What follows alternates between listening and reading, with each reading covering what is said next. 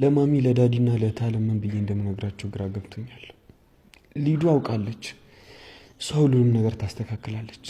ግን አንቺም ልታግዥኝ ይገባል። ሊዱ ያንተና የአደይን ፍቅር ተቀበለች? አውርታ ተቀብላለች። አሁን ለማሚና ለዳዲ ምን ብዬ ማሳመን እንዳለብኝ የከበደኝ።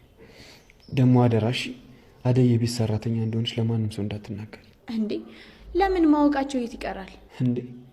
አንቺ ካልነገርሻቸው ማን ሊነግራቸው ይችላል? ማሚም ታውቃለች። ፍቅርም ካወቀች ደግሞ ከመናገር ወደ ኋላ አትልም። ናሺ ምንድን ነው የሚሻለው? እውነቱን መናገር። አይ ካልክ ደግሞ አደይን መተው። እንዴ? አው ሌላ ምንም አማራጭ የለም። አደርገው በቃ የለም። አንድ መኪና ነው የነበረው፣ እሱም የለም። አደይ ኪንጎ ጥሎኛ ሄድም። እኔ እኮ ስለተናደድኩበት እንጂ ወደዋለሁ። አደይ ላጣው አልፈልግም።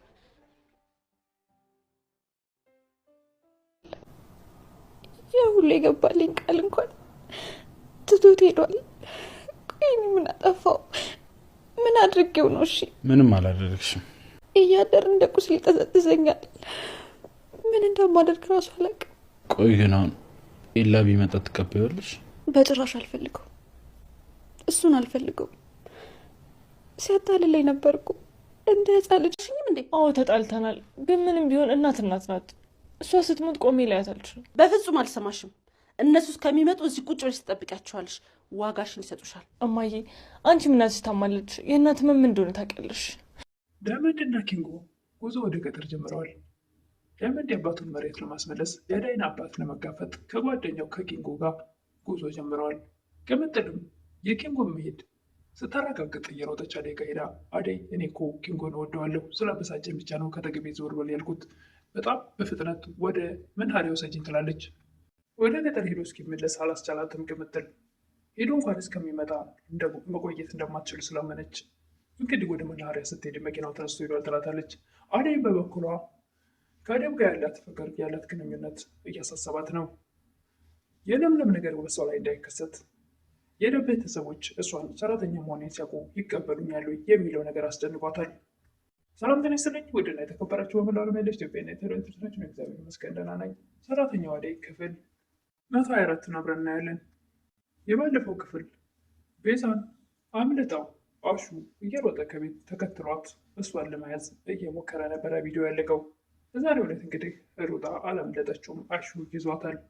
ይዟት ወደ ቤት ተመልሶ በይ እንግዲህ እጅ እግርሽን አስሬ ቁጭ አድርግሻለሁ፣ ለህግ እስክትቀርቢ ድረስ እህትዬ መተው ለህግ እስኪያቀርቡሽ የትም ንቅንቅ እንዳትይ እያላት ነበር። ፍቅርና ሪታም ውሃ በባሊ ሞልተው አምጥተው በግንባሯ ደፍተው ሲያሰቃዩት ነበር። እጇን ወደኋላ አሹ ስራ አሰራት፣ እነሱ ደግሞ እንደፈለጉ እየተጫወቱበት ነበር። ደባዴን ሁልጊዜም ቤት ተከራይቶላት በነፃነት እንዲኖሩ ቢለምናትም ወይም ደግሞ ቢያሳስባትም እሷ ግን እናት አባቴ ጋር ሽማግሌ ካለ በፍጹም አይሆንም ትላለች። እሱም ከእነሱ ጋር እየተደባበቀ መኖሩ ትንሽ ስለከበደው አሁን በዚህ እንዲቀጥሉ አልፈለገም። አደይ ደግሞ ደብቅ በሚለው ሀሳብ አልተስማማችም። የማትስማማበት ምክንያት እንደኔ ሀሳብ ነገ ለሚመጣባት ለሚከተለው ነገር ኃላፊነቱን ማን ይወስዳል? ቤተሰብ ሳይተዋወቅ ልክ የለሊ ነገር ተመልሶ እሷ ላይ እንዳይደርስ እጅግ በጣም የእሷን ነገር ስታስታውስ በአይምሮዋ ላይ ስትስለው ይከብዳታል።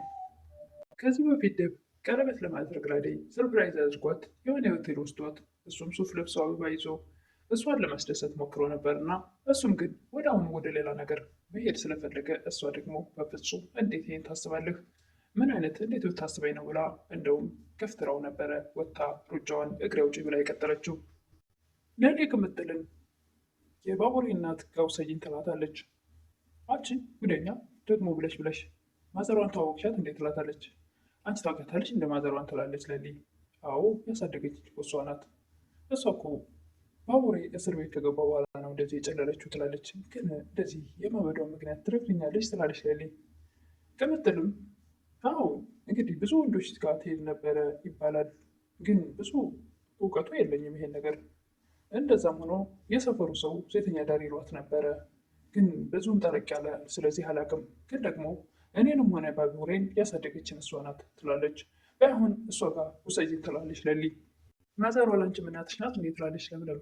ቅምጥልም ባትወደኝም እናቴ ናት፣ ባቡሬ ደግሞ ወንድሜ ነው፣ የኔ አባት ደግሞ ለባቡሬ አባቱ ነው ትላለች። ለምለም አባትሽ ታዲያ ማዘር እንደዚህ ስትሆን ለምንድነው ዝም ያሉት ትላታለች። አባባ እንደዚህ እንዳትሆን ብዙ ጊዜ ጥሩ ነበረ፣ ወደ ቤትም ሊመልሳት ፈልጎ ነበረ፣ እሷ ግን በፍጹም ልታቀርበው አልፈለገችም ትላለች። ስለዚህ ማዘሯ ችግሯ ከወንዶች ጋር ነው ማለት ነው ትላለች ለምለም። ቅምጥልም ከሆነ ጊዜ በኋላ ምን እንደተፈጠረ ባይታወቅም ወንዶችን ስታይ ከቤት እየጮኸች ወጣች፣ በዛው ቀረች። አሁንም ወንዶችን ስታይ ድንጋይ ይዛ ማሳደድ ጀመረች ትላለች። ስለዚህ ችግራቸው ከወንዶች ጋር ማለት ነው ብቻ ነው ማለት ነው፣ ውሰጅኛ ሆኖ ነው ትላለች ለምለም። ቅምጥልም አራት ይቅርብሽ ትላታለች። ችግር የለውም አንቺ ብቻ ውሰጅኝ፣ እኔ እንዴት እንደመቀርባቸው አውቃለሁ ትላለች። ላይ እሺ ብላ ትወስዳታለች። ቤዛም እጇን አስሯ ስለነበረ አሹ እባክህ አሹ ታማሚ እናት አለችኝ ትጠብቀኛለች፣ ፍታኝ ትላለች። እኔ ምን ላድርግ ትእዛዝ የመጣው ከበላይ ነው እያላት ነበር። መጀመሪያውኑ እንደዚህ የሰይጣን ስራ ለመስራት ነበረብሽ ይላታል አሹ። እሷም አሹ አንተም ጨከንክብኝ እያለች ነበር። ሪታ ስትመጣ አሹ እስቲ ሪታይ ስልክሽን ስጭኝ፣ ይች ደግሞ እናቴ ብላ እናቴን አስታውሰችኝ ይላል። ስልኩን ስትሰጠው ቀጥ ብሎ ወደ አደይ እህት ወደ ብርሃኔ ይደውላል። አሹም ለብርሃኔ አበበ እንዴት ነው የሚገባውን ያገኘ ይላል። አዎ ብለዋለች ይመስለኛል ሳስበው። ይህ ሞኝ ዳይመንድ ዝም ብሎ ነው የሚንከራተተው፣ እሱም እመክረዋለሁ፣ ቆይ የሚገባውን ማግኘት አለበት የአባቱን ድርሻ እያለ ነበር። ግን እምዬ እንዴት ናት እያየሽልኝ ነው እያለ ነበር። አሹ አደራሽ ብርሃኔ፣ እምዬን አደራ፣ እናቴን አደራ፣ በየቀኑ የሄድሽ ተንከባከቢልኝ እያለ ነበር። ሮማን ኪንጎን መንገድ ላይ ታገኘዋለች። ኪንጎ እንዴት ነህ ትለዋለች። መኖር ከተባለ አለሁ ይላል። ምን ነው ሰላም አይደለም ትለዋለች። ደመቀን አይተሽዋል ይላታል። ምን ነው የለም እንዴ እስካሁን አልመጣም? እኔም እሱም ብዬ ነበር የመጣሁት ትላለች ሮማን። ኪንጎ የት እንደሄደ ታውቂያለሽ ይላታል።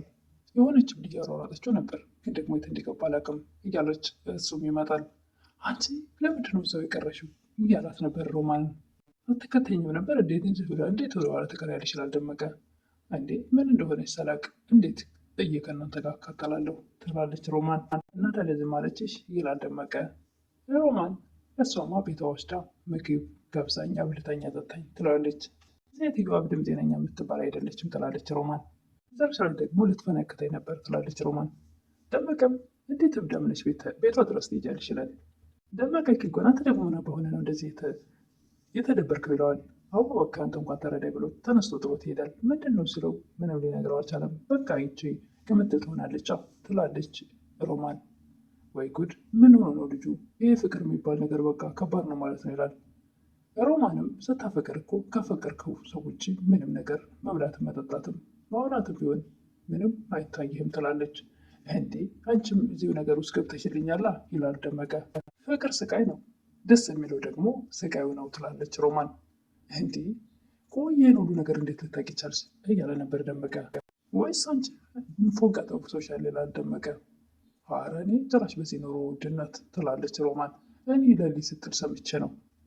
ቤዛ ሮማን አሹ እጇን ወደኋላ አስሯት ስለነበረ የእንትና መቀደጃ ሆናለች። ሪታ ቪዲዮ እየሰራች ይቀመጣል እንዳደራ ሰው ክፉም ሰራ መልካም ሰራ እያለች እየቀነደችባት ቪዲዮ የቲክቶክ ቪዲዮዋን እየቀረጸች እየተጫወተችባት ነበር።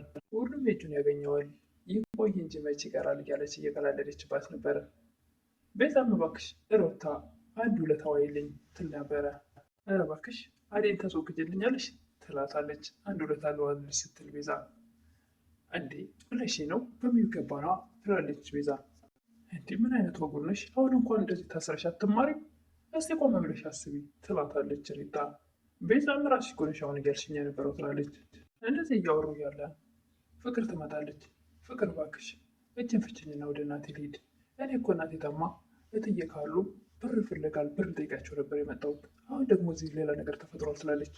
ፍቅርም ሂጂና የሚያምንሽን ሰው ፈልጊ እሺ፣ አንቺ እኮ እኔን ልትገድኝ ነበረ፣ ሴት አድርጌ እዚሁ ነው የምገድልሽ ትላት ነበር። የአደይ አባትም አንድ የሰፈር ወጣት መጥቶ ያናግራቸዋል። የዛ ልጅ ጉዳይ እንደተደረጋችሁ ይላል የአደይ አባት። ምን ማድረግ ይቻላል እንግዲህ ከዛ ከውጭ ሀገር ድረስ መጥቶ የሚገባውን ሰጥቶ መገላገል ነው ይላል ሰውየው። የአደይ አባትም በጭራሽ እጅ የገባውን ንብረት ልሰጥ አልችልም ይላሉ። ሰውየውም እንዴት እንደዚህ ይሆናል? ወደ ህግ ከወሰደው እኮ ጭራሽ ደግሞ የዛ የደመቀም ጉዳይ ወደ ህግ ከወጣ ሁሉም ነገር ይታወቅና ሌላ ችግር ውስጥ ሁላችንም ሜዳ ላይ መውደቃችን ነው ይላል። በፍጹም ይሄ ልጅ አሁን ቶሎ ብላችሁ ከጓደኞቹ ጋር ሆነህ ከዚህ ከሰፈር ከዚህ ጋር የሚወጣበትን መንገድ ፈልግ ይሉታል። እሱም እሺ እንግዲህ ልደውል ይላል። ሆኖ ይሄ አበበ የተባለ መቀኛን ከዚህ ሰፈር አስወግድልኝ እያለ ነበር የአደይ አባት። እኔማ የወዳጃችን የዛ የዝናቡ ልጅ ነው ብዬ እኮ ነው ይላል ሰውየው። የአደይ አባትም ዝናቡ አሁን ሞቷል፣ እንደዚህ የሚባል ነገር የለም፣ እጃችን ላይ የገባ ንብረት መዘረፍ የለብንም ይላል። በራሱ በአባቱ ንብረት እሳቸው ሊሰጡ ፈቃደኛ አይደሉም።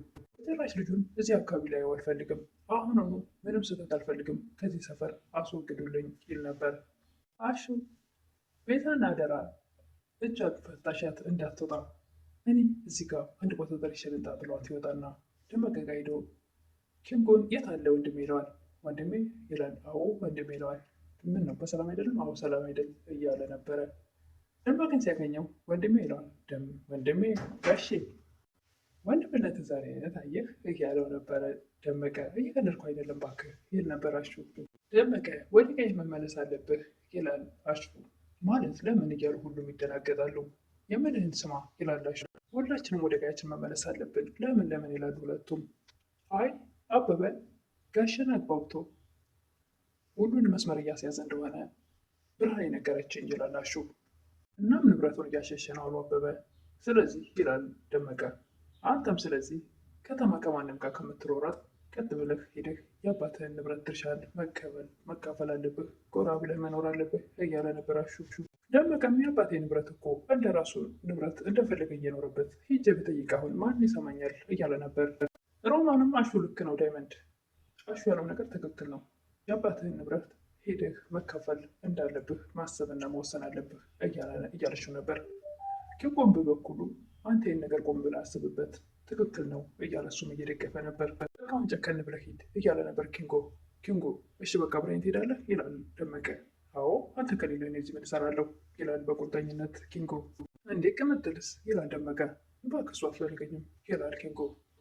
አሹም በቃ ከመሄድ በፊት እህት ያዴን አውራት፣ እሷ ብዙ ነገር ታውቃለች ይላል አሹ። ሮማንም እኔም አብሬ ብሄድና ባግዝ ደስ ይለኝ ነበር፣ ግን ደግሞ ታውቃለህ እኔ ወደዛ ሰፈር መመለስ አልችልም ትላለች። ደመቀም በል እንግዲህ ሮሚን እንዳታስከፋት በደንብ ተከባከባት ይላል። አሹም እባክህ እሷን ለኔ ተዋት ይላል። ተቃቅፈው እንደ ድሯቸው ወደ ወንድምነታቸው ወደ ቤተሰብነታቸው ተመልሰው ተቃቅፈው ይለያያሉ። ደመቀ አሹን ይቅርታ ይለዋል። አይ ምን አደረግከኝ? አሁን ይልቁን ወደ ቀይቶ ሄድና የአባትህን ንብረት ሄደህ እነጫኝ መጫወቻ ከሚያደርጉት መያዝ አለብህ አንተ እያለው ነበር። ለመጠልም የኪንጎን ተከትሎ መሄድ ስለሰማች እጅግ በጣም አዝናለች። ወደ መናኸሪያ ቶሎ ሰኝ ብራዴን ስትወስዳት መኪናው ተነስቶ እንደሄደ ስትነግራት አዝናለች። ሄዶም የሚመለስ እስከማይመስላት ድረስ በጣም አዝና ነበር። ሰራተኛዋ አደይ ድራማ ክፍል 124 ይህን ይመስል ነበረ። በቀጣይ እስክንገናኝ መልካም ቆይታ እላለሁ። ለምታበረታቱኝ እህቶች ምስጋና ከልብ ነው። አሁንም አብሮነታችሁ አይለኝ እላለሁ። አዲስ ለሆናችሁ ሰብስክራይብ እያደረጋችሁ ቤተሰብ እሆናለሁ። አበረታቱኝ እላለሁ። አመሰግናለሁ።